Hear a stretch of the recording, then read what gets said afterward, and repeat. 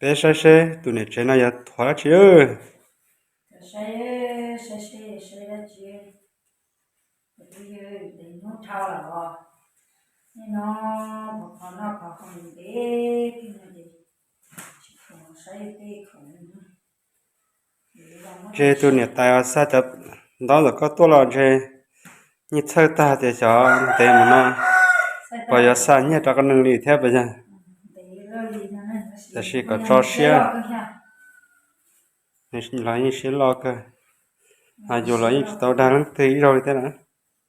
rồi con nào rồi nó hầu lâu đi nó sửa đâu có cho nó thế mà như tao giờ cái này nó cười như thế sẽ lo không tội gì chứ tao nó ra không có tội nào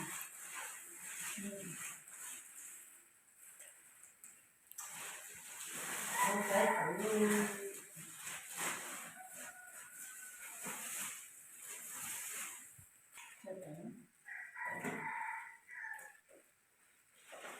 thôi chỉ lấy tài chơi là tua nó cũng thâu cái sao này à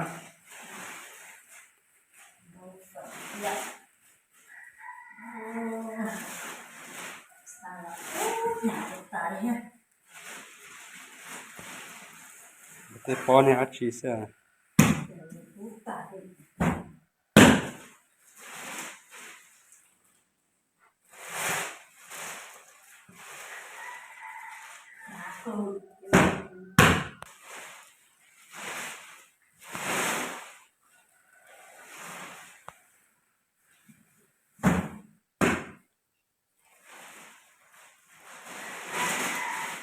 để có trở trong đó là sao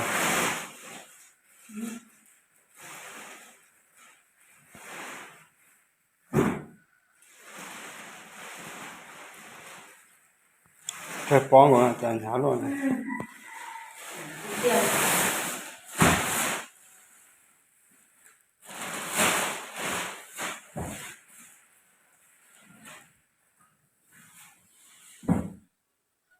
con tập tải ơi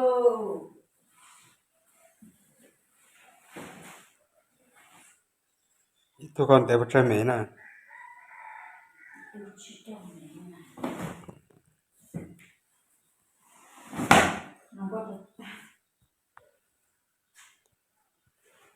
thế nhỉ nó chơi nung to ấy chó ơi cho bây giờ chó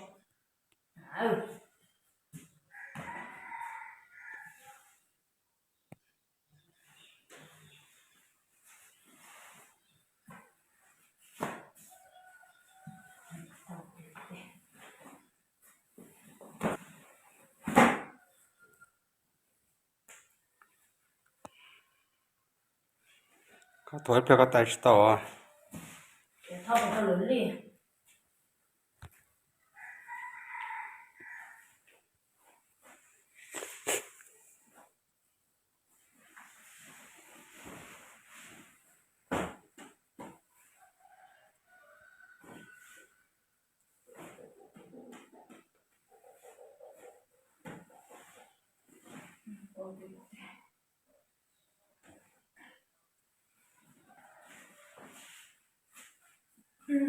đừng có tập tải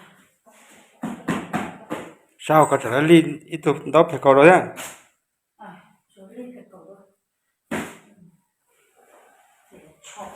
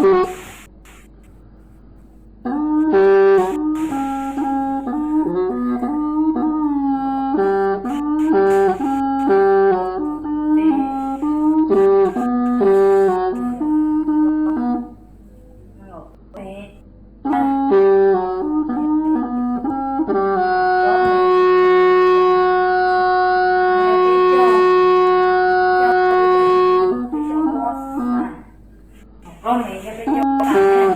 thì cái chân đây là mình cố để tôi thì là đi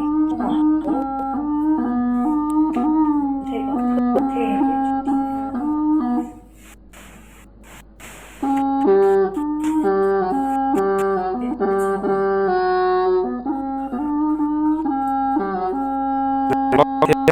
biết rằng